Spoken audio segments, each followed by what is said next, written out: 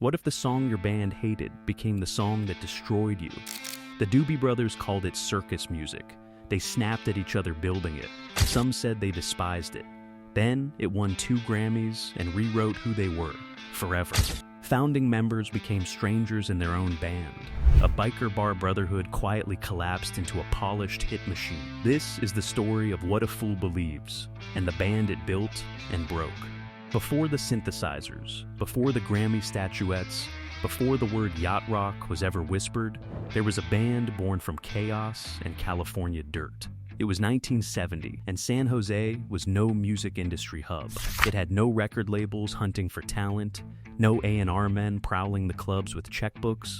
What it had were crowded bars, rough crowds, and a counterculture energy that demanded music raw enough to match it. That's where Tom Johnston, John Hartman, Patrick Simmons, and Dave Sjogren found each other, and that's where the Doobie Brothers were forged. Their sound wasn't pretty. It wasn't designed to be.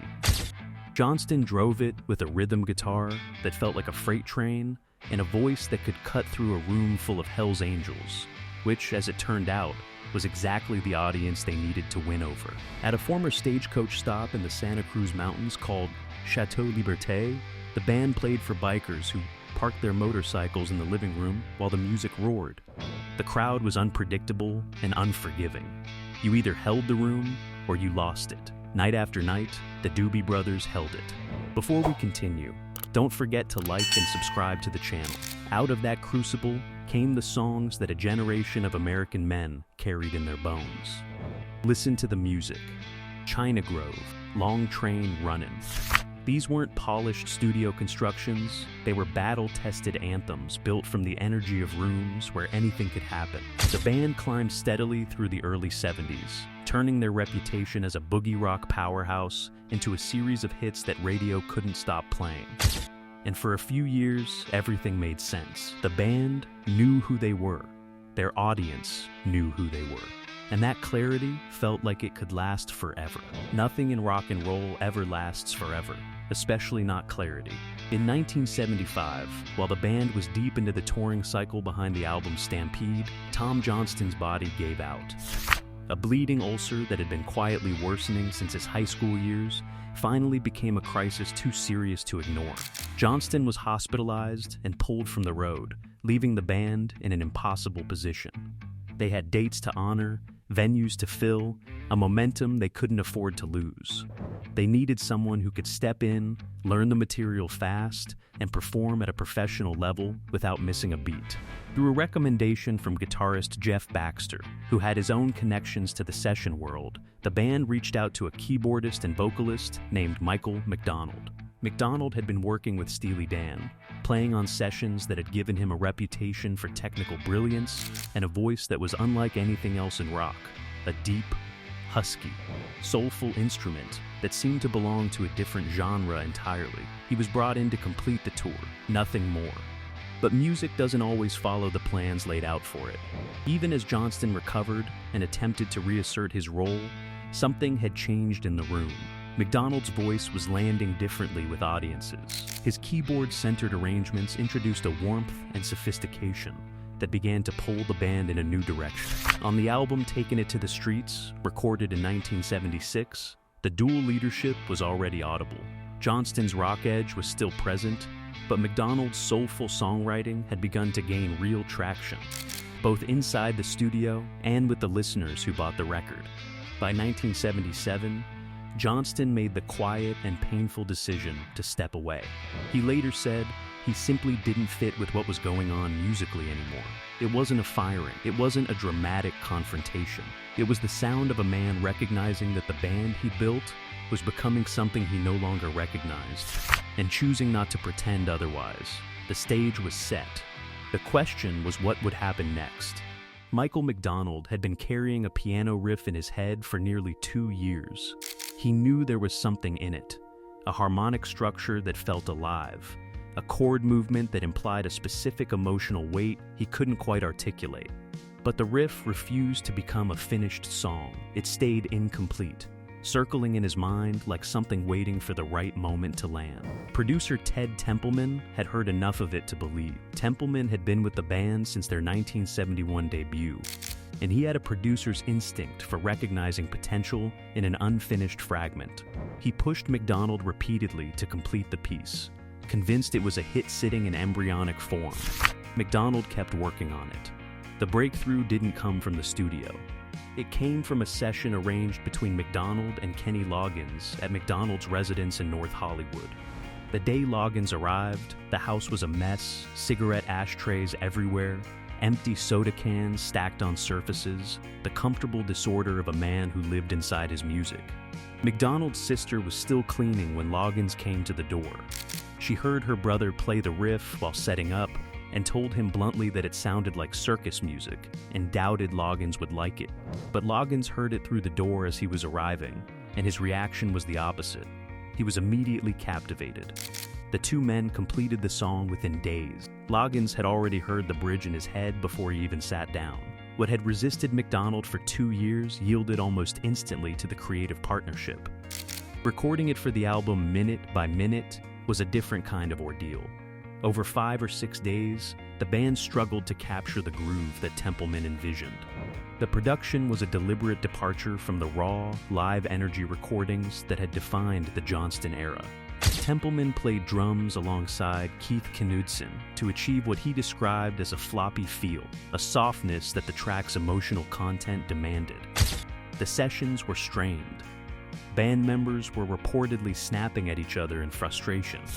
Some declared openly that they hated the song. The irony was devastating. The track they were building would become the most important record of their career. But in those recording sessions, it felt like an argument rather than a triumph. When What a Fool Believes was released in January 1979, American radio didn't resist it. It absorbed it completely. The single debuted on the Billboard Hot 100 at number 73 and began a steady climb that felt almost inevitable in retrospect. By April 14, 1979, it sat at number 1. The parent album, Minute by Minute, occupied the top position on the album charts for 5 weeks. And then came the 1980 Grammy Awards, where the song collected trophies for both Record of the Year and Song of the Year, the dual recognition that placed it among the most celebrated records of its era. In the span of roughly 18 months, the Doobie Brothers had been transformed in the public imagination. They were no longer a biker bar boogie rock band from Northern California. They were the preeminent architects of what the music industry was beginning to call yacht rock, a sophisticated, soulful, adult contemporary sound built on precise production, harmonic complexity, and McDonald's unmistakable voice. Every car radio in America seemed to carry that melody through the summer of 1979. Every FM station had it in rotation. The record label recognized what was happening and responded accordingly. The demand for more McDonald-style songs became a directive that shaped every creative decision the band made from that point forward. The older guitar-driven sound, the twin-attack rock energy that Johnston and Simmons had built the band on, began to fade from the center of the band's identity. It didn't disappear immediately, but it was no longer the point. Touring in the wake of the song's success forced another realization on the band. Audiences arriving at arenas weren't there to hear China Grove. They were there for What a Fool Believes. They were there for Michael McDonald. The music had moved, and the audience had moved with it. But not every member of the band had made that journey willingly. The success hadn't broken the band. Not yet. What it had done was expose a fracture that had been forming quietly underneath the surface for years. The gap between what the band had been and what the industry now expected it to be. The creative imbalance was impossible to ignore.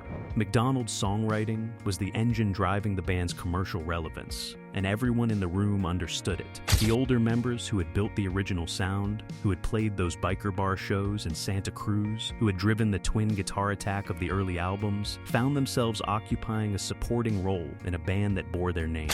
It wasn't always expressed in open conflict. More often it manifested as a quiet withdrawal, a sense of alienation that settled into the rehearsals and studio sessions like smoke filling a room. The departures told the real story. In 1979, founding drummer John Hartman left the band. He had been there since the beginning, one of the original members who had helped build the sound from nothing. But the musical direction the band was moving in no longer felt like his. Shortly after, Jeff Baxter departed as well. The guitarist who had been instrumental in bringing McDonald into the band in the first place had watched the dynamic evolve in a direction he couldn't follow.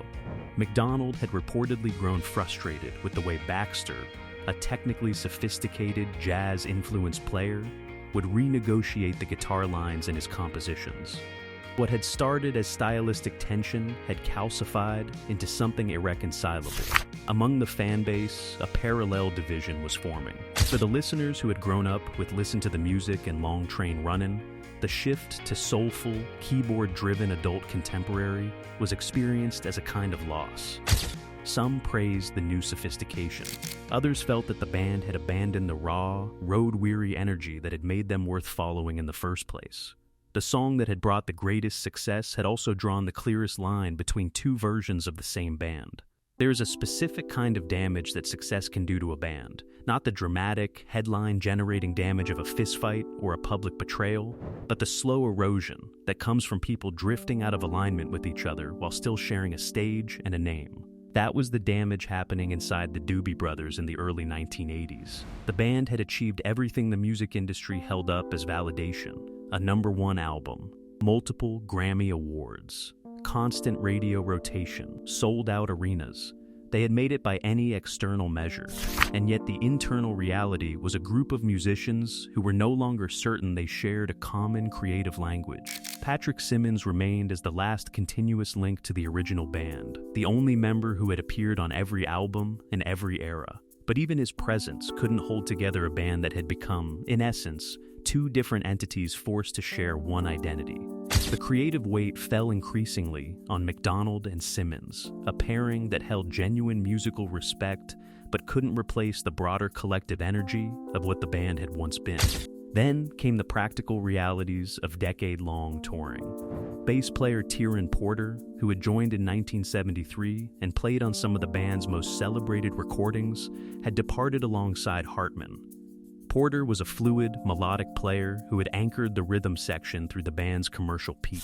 Losing him was another quiet amputation. The combination of relentless road life and the shifting musical dynamic had worn down the bonds that held people together.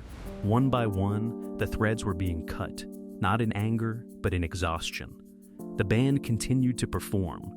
They continued to record. On the surface, the Doobie Brothers still existed as a functioning commercial entity, but inside the rooms where decisions were made, the atmosphere had changed. The corporation, as McDonald would later describe it, kept running. The soul of the original band had already departed. The end, when it finally came, arrived in the form of silence. By 1982, Patrick Simmons had reached his own limit.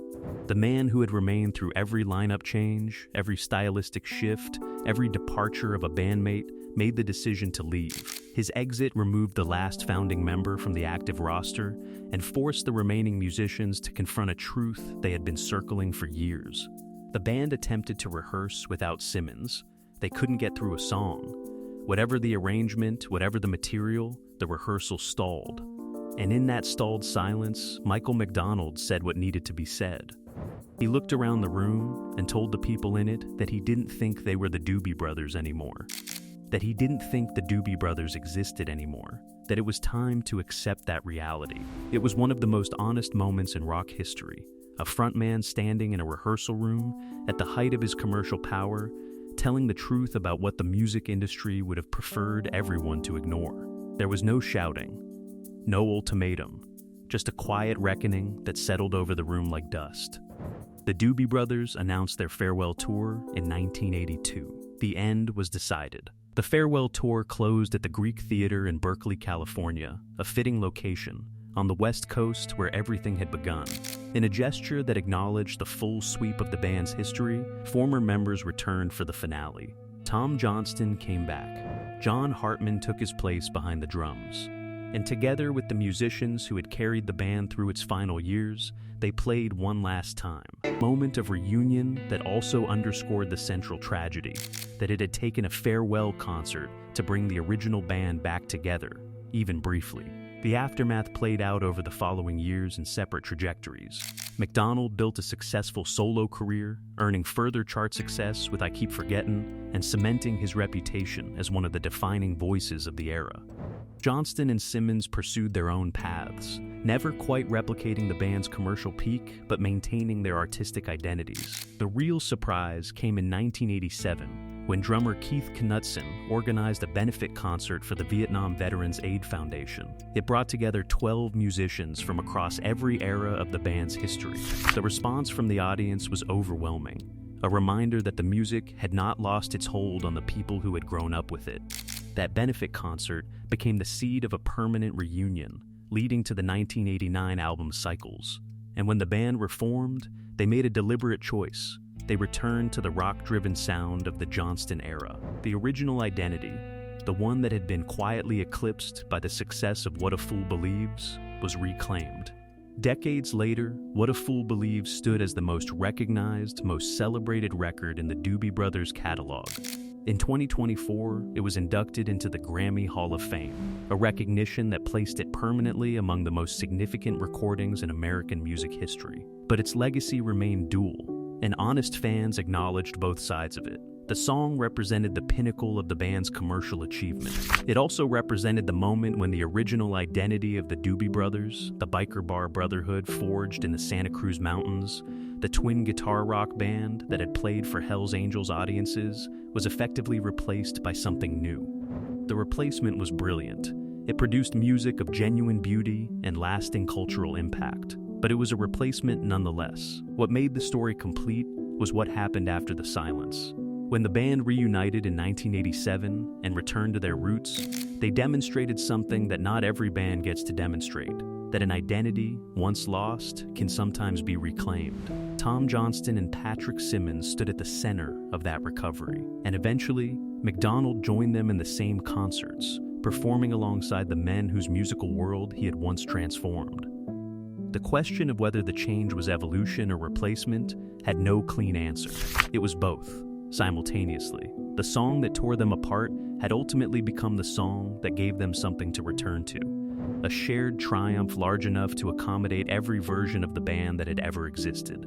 The Doobie Brothers built two bands inside one name, and a single song drew the dividing line.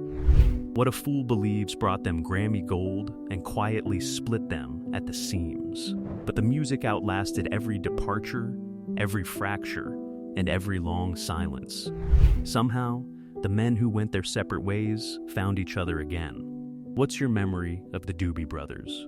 Drop it in the comments, and don't forget to like and subscribe for more stories from rock's greatest era.